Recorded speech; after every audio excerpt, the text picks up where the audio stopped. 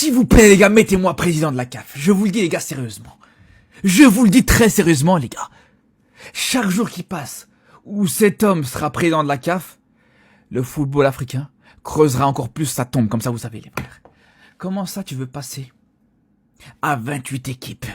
Comment ça tu veux passer la CAN à 28 équipes? Mais qu'est-ce que tu racontes? Mais est-ce que cet homme connaît le football? Est-ce que cet homme est conscient de la réalité des choses?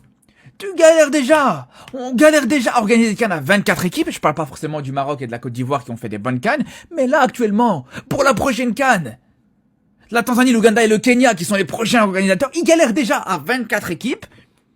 Et là, à même pas un an de la compétition, tu vas leur demander de rajouter un stade. Parce que ouais, c'est clairement ça.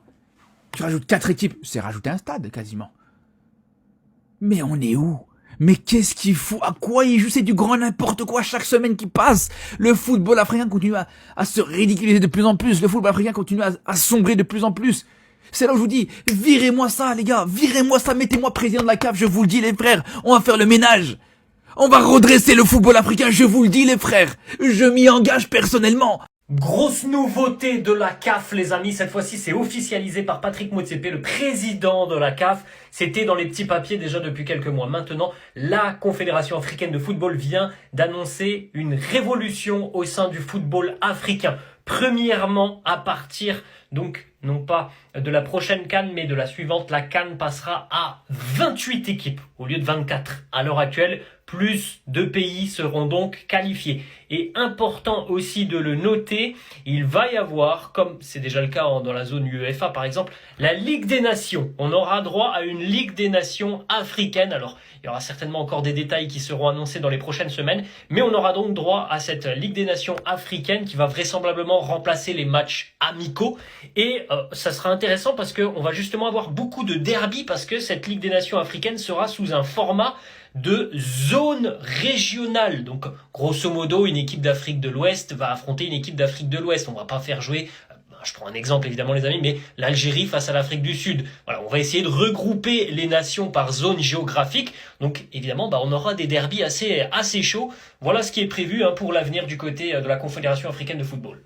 La CAN 2027 sera à 28 au lieu de 24. Et franchement, les frères, honnêtement, c'est la pire décision possible. Déjà que le Kenya, Tanzanie et Ouganda, ils sont incapables, mais incapables d'organiser une CAN à 24 alors qu'ils sont trop. Ils vont faire comment pour organiser une CAN à 28? Honnêtement, pour organiser une CAN à 28, il n'y a que le Maroc et l'Afrique du Sud aptes. Parce que même l'Égypte, il n'y a pas assez de stades. Même l'Algérie, il n'y a pas assez de stades. Il faut être honnête, clair et précis. Même si en Algérie, il y a quelques stades, certes, mais il n'y a pas assez de terrain d'entraînement. L'Algérie ne pourra pas accueillir 28 équipes avec des hôtels, avec toute l'infrastructure qui est nécessaire pour organiser une Coupe d'Afrique Nation à 28. Là, il n'y a que le Maroc et l'Afrique du Sud. Et même l'Afrique du Sud seule, je suis pas sûr parce que il se murmure que l'Afrique du Sud se porte candidat pour 2028, mais avec le Botswana et éventuellement le Namibie. Pas seul. Donc, même l'Afrique du Sud, ils sont pas prêts à organiser une CAN seule à 24, mais là, à 28, ça va être très complexe. En plus, 28, ça veut dire c'est un groupe supplémentaire. Il faut un stade supplémentaire. Donc, au minimum, 7 stades. Ça va être compliqué. Maintenant, oui, vous allez me dire une CAN à 28, ça rapporte plus d'oseille. Donc, la CAF veut plus d'oseille. Oui, mais je pense pas que la Centrafrique qui se ramène ou quel pays allez, des pays comme le Zimbabwe. Bon, si encore eux, ils arrivent à se qualifier à la CAN. Mais voilà, Centrafrique ou le Togo qui vont se qualifier à la CAN, ça va apporter une plus-value. Sportivement parlant, c'est dégueulasse. Déjà, juste 24 équipes, c'est trop. Il n'y a pas 24 bonnes équipes en Afrique. Mais alors 28, ça sert à rien. Soit tu fais une CAN à 24, soit tu fais une CAN à 32. Pas 28. C'est du bidon. En tout cas, commentez, débattez, surtout abonnez-vous. Dites-moi votre avis. Est-ce que pour vous, une CAN à 28 est une bonne idée? Bon, à part pour les frères centrafricains ou somaliens ou tchadiens, qui eux, ils voient jamais leur pays se qualifier à la CAN, ou libyens. Oui, pourquoi pas? Là, vous êtes contents. Vous dites qu'il y a une possibilité supplémentaire. Mais en réalité, ça va intéresser personne. La CAN passe à 28 équipes au lieu de 24. La Guinée n'ont clairement plus d'excuses pour qu'ils ne se qualifient pas pour la CAN 2027 ou 2028. Ça, c'est sûr et certain. Là, maintenant, c'est bon, c'est officiel. C'est officiel. La Guinée, normalement, les gars ils vont se qualifier. Là, maintenant, ils ont une chance. Ils ne vont pas dire, ouais, je sais pas quoi, même si l'effectif est nul, ils sont qualifiés.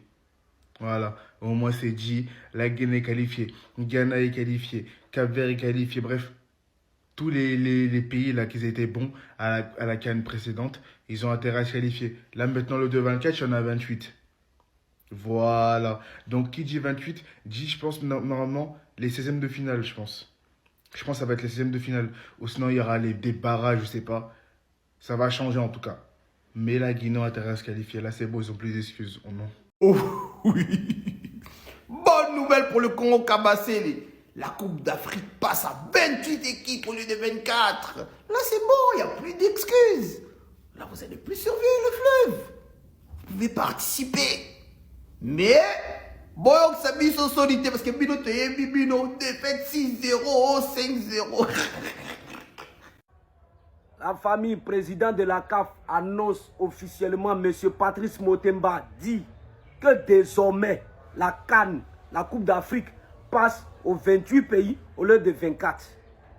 Désormais la Coupe d'Afrique, c'est 28 pays au lieu de 24. Pourquoi la Coupe d'Afrique passe maintenant aux 28 pays au lieu de 24?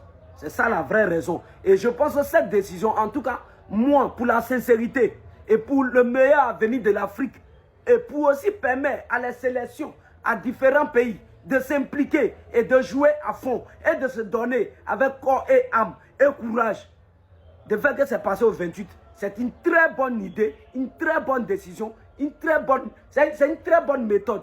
Désormais, chacun va se donner à fond.